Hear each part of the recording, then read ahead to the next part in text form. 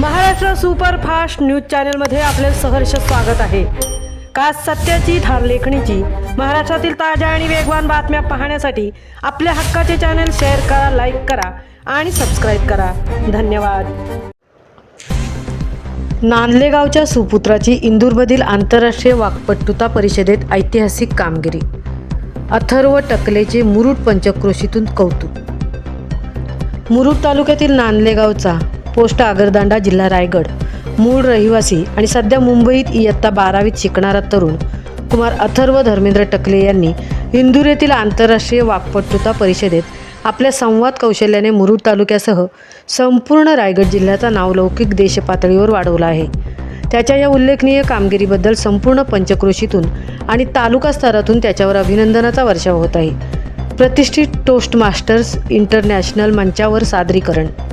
सन 1924 मध्ये स्थापन झालेल्या टोस्ट मास्टर्स इंटरनॅशनल या जगप्रसिद्ध संस्थेच्या जिल्हा 98ची वार्षिक परिषद वाक्पटुता 2026 नुकतीच 22 मे ते 24 मे 2026 दरम्यान इंदूर, मध्य प्रदेश येथील दी ग्रँड शेरेटन पॅलेस हॉटेल येथे अत्यंत उत्साहात पार पडली।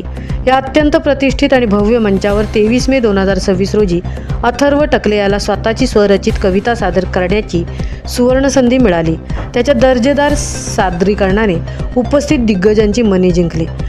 अनुभवाबद्दल बोलताना अथर्व म्हणाला, माझी ही पहिलीच मोठी परिषद असल्याने हा अनुभव माझ्यासाठी खूप वेगळा आणि शब्दात न मांडता येण्यासारखा आहे। येथे भारतातील विविध राज्यातून नामांकित लेखक, वकील, प्राध्यापक, उद्योजक आणि कॉर्पोरेट क्षेत्रातील दिग्गज आले होते। त्यांच्याशी वेगवेगळ्या विषयांवर चर्चा करणे हा एक उत्तम अनुभव होता।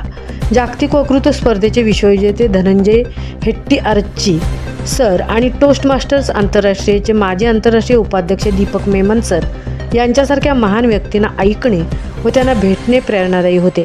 सार्वजनिक वक्तृत्वातील सर्वोच्च सन्मान मिळवलेल्या मान्यवरांच्या उपस्थितीत सादरीकरण करणे हा माझ्या आयुष्यातील सर्वात सुंदर आणि अभिमानाचा क्षण ठरला।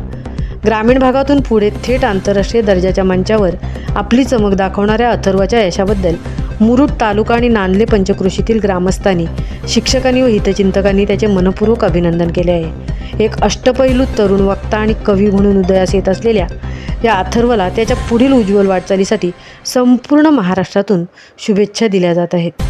महाराष्ट्र सुपरफास्टसाठी तृप्ती भोईर, मुरुड।